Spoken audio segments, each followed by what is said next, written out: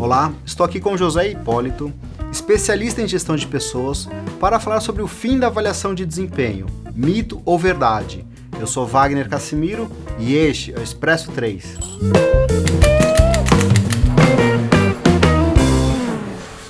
Tudo bem, Hipólito? Tudo bom, Wagner? Hipólito, a avaliação de desempenho está caindo em desuso?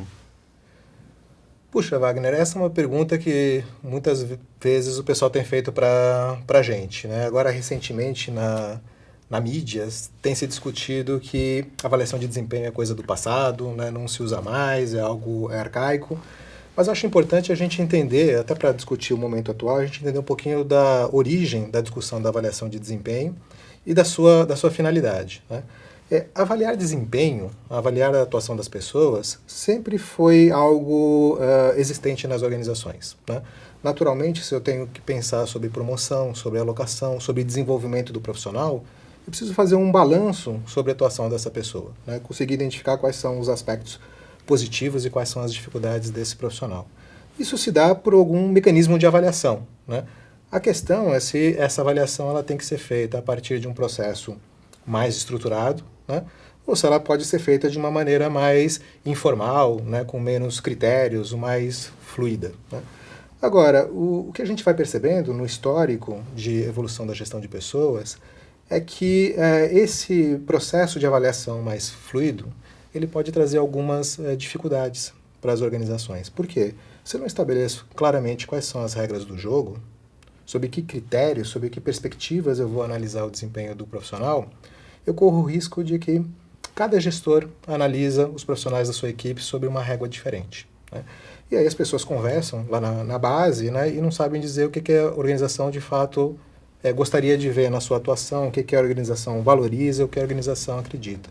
Por conta disso, que as empresas foram ritualizando o processo de avaliação de desempenho, foram criando critérios de avaliação estruturados, que servem também para passar mensagem para o profissional sobre o que a organização espera da sua atuação. E a partir desses critérios foi convidando os gestores a fazerem esse olhar sobre o desempenho de cada profissional.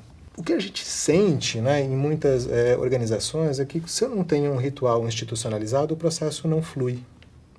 Então é por isso que é muito comum você instituir esse ritual, você acompanhar o desempenho do profissional, né, de uma forma mais ritualizada, e com o tempo você pode ir sentindo a oportunidade de reduzir a quantidade de critérios, né? Então, no início, né, do processo de avaliação de desempenho, se você não tem isso muito maduro, a tendência é que você cobre do gestor o exercício desse papel de avaliar, né? Cobre do gestor o exercício de dar feedback de uma forma mais continuada.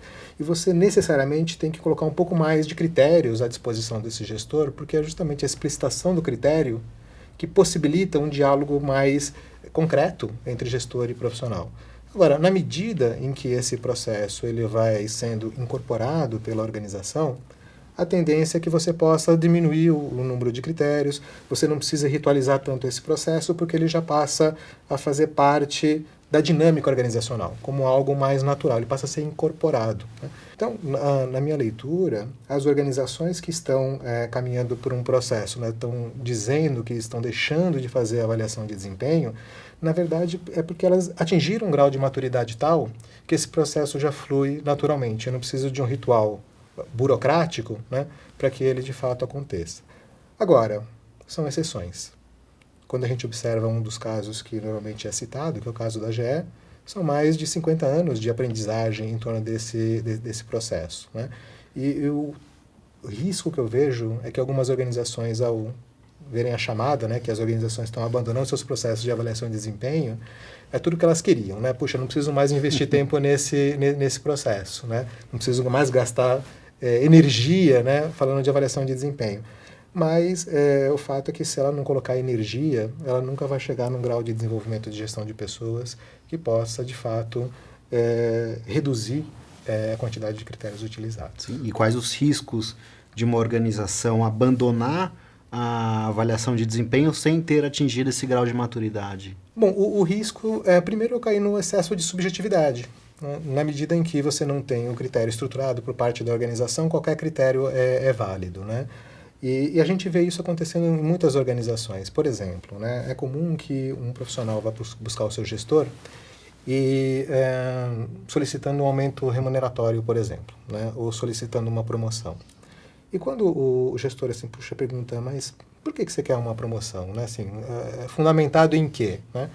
Aí a pessoa vem com aquela ideia, não, eu quero uma promoção porque eu estou há muito tempo na organização. Quer dizer, ou porque eu vou casar. Ou porque eu vou casar, né, vou ter filho, vou aumentar o meu nível de despesas, né? Ou porque eu acabei de concluir o meu pós-graduação, então olha aqui meu diploma, eu sou merecedor de um reconhecimento. Então, o problema, né, de você não estruturar primeiro esses critérios é que você não cria essa base comum para o diálogo, né? Então, tudo é válido, né? E na hora que a organização rejeita o argumento do profissional, puxa, a organização ela não reconhece as pessoas, ela não valoriza os seus quadros, mas talvez porque a pessoa também esteja olhando um critério que não seja um critério válido, né? Então, a sugestão é que, de fato, você siga esse processo, né? Primeiro você institui o critério, você dissemina esse critério, né? E a partir dele você começa a dialogar, né? Na medida que você vai dialogando, isso vai sendo incorporado. Mas eu não queimaria etapas, né? Sob o risco de você cair num excesso de subjetividade e numa falta de padrão também dentro da organização, ou seja, cada gestor utilizando a sua régua própria. Ok, muito obrigado.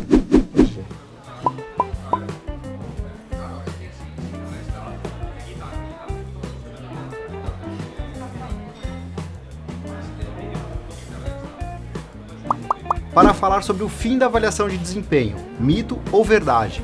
Eu sou Wagner Cassimiro e este é o Expresso 3. Sabe o que eu lembrei? Que o outro eu olhei para essa câmera e eu não olhei para essa quando eu falei. Você tem um esquema, né? Roteirinho. Não tem protocolo, não está institucionalizado, tem que ter formalizado nisso.